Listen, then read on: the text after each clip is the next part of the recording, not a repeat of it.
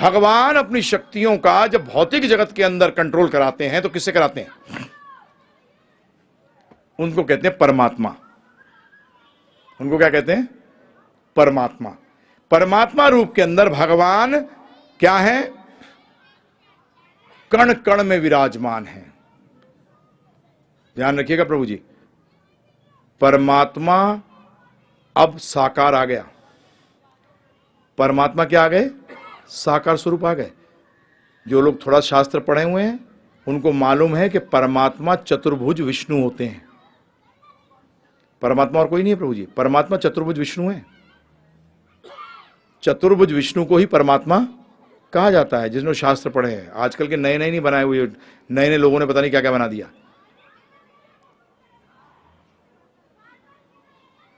परमात्मा कण कण में विराजमान है। यही बात ब्रह्म के बारे में भगवान ने गीता में भी कही है। ब्रह्मण्यो ही प्रतिष्ठा हम, कि ब्रह्म की प्रतिष्ठा मुझसे है।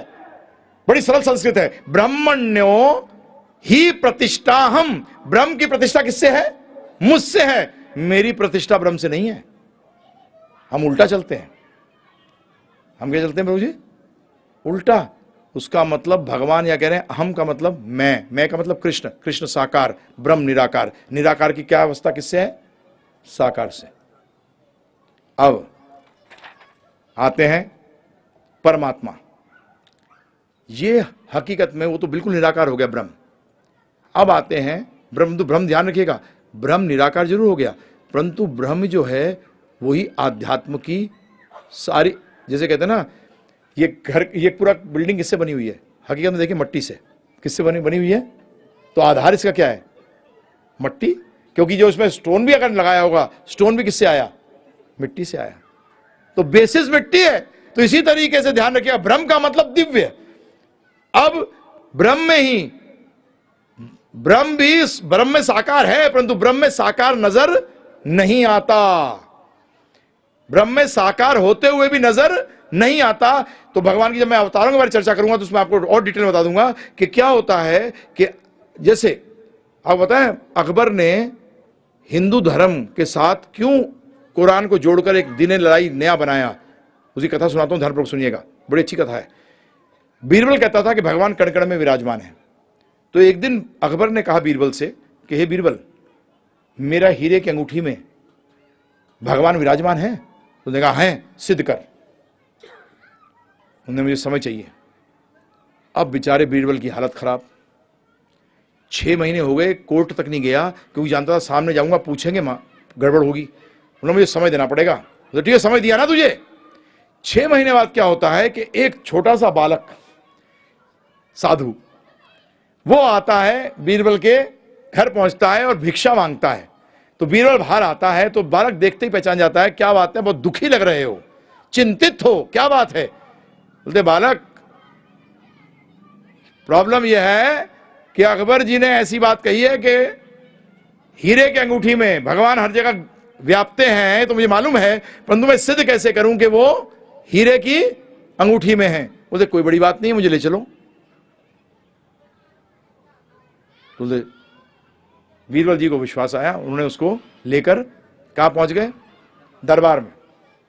दरबार में जब पहुंचे तो अकबर बोला, बीरबल पता लग गया? बोलते हमको तो कब से मालूम है, देखो बच्चा उत्तर दे देगा आपका। तो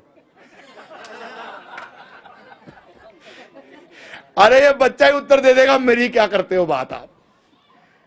तो बच्चे बोला तू उत्तर देगा? नहीं, हाँ। मैंने तो उत्तर से पहले मुझे लस्सी चाहिए, लस्सी पीऊंगा मैं। लस्सी पिएगा? हाँ लस्सी पीऊंगा। अच्छा तेल लस्सी मंगवाते हैं। लस्सी मंगाई। बोले ऐसी लस्सी थोड़ी पीता हूं मैं। बोले क्या है? इसे मक्खन ही नहीं है। बोले इसमें कैसे कह रहा तू मक्खन नहीं है? ये बेस्ट क्वालिटी दूध से दही बना हुआ है, मेरे अपने गौशाला से आया हुआ है, इसके अंदर मक्खन है। बोले तुम दिखाओ। बोले तू पागल है क्या? इसको पहले क्या करना पड़ेगा? मथना पड़ेगा, मथने के बाद मक्खन निकलेगा। तो इसी तरीके से आपके हीरे की अंगूठी में भगवान है, उसको पहले भक्ति से मथना पड़ेगा, तभी भगवान नजर आएंगे। तब इसके और भी उसने काफी चीजें सुनाई थी, परंतु उसके बाद अकबर को होश आया कि यह ज्ञान तो कमाल का ज्ञान है। वैसे तो बताया जाता है हमारे भृगु संहिता में निकला हुआ है कि अकबर पिछले जन्म में योगी था इलाहाबाद के अंदर, परंतु गलती से एक बाल गाय की पूंछ का उसके अंदर चला गया, जिसके कारण कि उसको अगला जन्म अकबर का लेना पड़ा। हाँ, ये कर्मों का खेल बड़ा गड़बड़ है प्रभु जी। अगर कृष्ण भक्ति में नहीं जाते तो मारे गए हो। जरा सी गलती भी सहन नहीं होती है। बात करूंगा इस पे मैं आपको। हाँ, इतने गड़बड़ करते हो, कुछ सोच नहीं सकते आप। तो इसीलिए प्रभु जी परमात्मा जो है वो हर जगह विराजमान है। ध्यानपूर्वक सुनिए। अब आप ये बताने के बाद ना सिर्फ आप परमात्मा को जान जाओगे, परंतु जीवन में परमात्मा कभी नहीं बोलोगे। तो ये क्या कर रहे हो प्रभु जी? और जो बोलेगा अभी तो उसको बोलोगे यार तू रहने दे यार। सुनते हैं, देखिए 13वें अध्याय के 23वें श्लोक में भगवान क्या कहते हैं। उपदृष्टा अनुमंता च भर्ता भोक्ता महेश्वरा परमात्मेति चाप्य उक्तो देहे अस्मिन् पुरुषः परः। परमात्मा के रूप में मैं सब में विराजमान हूं, और उस रूप में, परमात्मा के रूप में मैं क्या कर रहा हूं? उपदृष्टा अनुमंता। ध्यानपूर्वक सुनिएगा प्रभु जी। उपदृष्टा का मतलब जो कुछ हो रहा है उसके ऊपर मैं नजर रख रहा हूं, और अनुमंता का मतलब न्याय कर रहा हूं। क्या कर रहा हूं मैं? न्यायाधीश है। अब समझिए ध्यानपूर्वक, भगवान का जो परमात्मा का स्वरूप है वो काम करता है न्यायाधीश का, जज का। अब फिर समझिए, एक व्यक्ति है, ठीक है, मैं हूं, उदाहरण लेते हैं, हम अपने को मान लें, हम कोई गलती करते हैं और हमारे पिताजी जज भी हैं और पिता भी हैं, और हमने गलती करी। किसके सामने जाना पसंद करोगे, पिता के सामने या जज के सामने? हैं जी, डिसाइड कर लो। क्यों? कुछ राहत मिलेगी, और जज के सामने जाओगे तो न्याय मिलेगा। इसी तरीके से भगवान के सामने जाओगे तो पिता के सामने जा रहे हो, परमात्मा के सामने जाओगे तो जज के सामने जाओगे। अब आप डिसाइड करो किसके पास जाना है।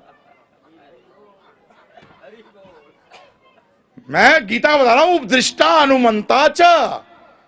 और परमात्मा के बारे में जितनी चर्चा आई है वेदों के अंदर, भागवत के अंदर, सब ये बताया गया है कि परमात्मा यही देखता है, गलत किया है, अगर आपको नुकसान उठाना होगा तो परमात्मा अंदर से गाइड करता है, चल उसके साथ धंधा कर, क्योंकि बेटा पिछले जन्म में तूने उसको लूटा है, इस जन्म में तू लूट। लेकिन अंदर से गाइड करेगा, परमात्मा लेके जाता है, क्योंकि जज है ना, इंसाफ। और भगवान के सामने गलती हो गई, इसे चर्चा करूंगा, जब योग पे चर्चा करूंगा तो बताऊंगा आपको। या भगवान के सामने जाते हो, गलती हो गई, ठीक है साइड में हो जा, गलती हो गई, चिंता न कर, क्योंकि तू मेरे पास आया है मेरा भक्त बनकर, परमात्मा के सामने तू गया है कैदी बनकर। बेटा कैदी के रूप में तो मैं तेरे लिए कुछ भी नहीं कर सकता, क्योंकि वहां तो मैं जज की कुर्सी बैठा हूं। इसलिए इसके बाद आप परमात्मा कभी नहीं बोलोगे, क्योंकि किसी को भी जजमेंट नहीं चाहिए, क्योंकि हम सब गलती करते हैं प्रभु जी। सबको क्या चाहिए? प्रसाद। प्रसाद का मतलब कृपा चाहिए, और वो तो सिर्फ भगवान से मिलेगी प्रभु जी। तो जज के साथ बच के रहना। मैं नहीं बोलता कभी प्रभु जी, कितनी बड़ी भी गड़बड़ हो जाए मैं कभी परमात्मा नहीं बोलता, मैं मर जाऊंगा, सीधा जस्टिस में आ गया। मेरे को क्यों जाना कोर्ट है प्रभु जी? हमें कोर्ट नहीं जाना, घर जाना है। हमें क्या जाना है? घर। और यही ज्ञान भगवान दे रहे हैं। देखिए भगवान अपने बारे में खुला बता रहे हैं कि मैं क्या करता हूं, क्या बनकर। अब तू डिसाइड कर तुझे क्या करना है। तो भगवान का एक स्वरूप जज का भी है और एक स्वरूप पिता का भी है, जो हर टाइम माफ करने में लगा हुआ है, परंतु हम उनके शरण में जाना ही नहीं चाहते। जब भी मुझे कई बार परमात्मा, अरे मैंने भैया मत बोला कर ये शब्द, बहुत डर लगता है भाई कि तेरे साथ मैं भी कहीं कटियारे में खड़ा हो जाऊं जाके। भगवान बोल दिया कर, उसमें कृपा मिल जाएगी। तो इसीलिए प्रभु जी ये चीज ध्यान रखिएगा।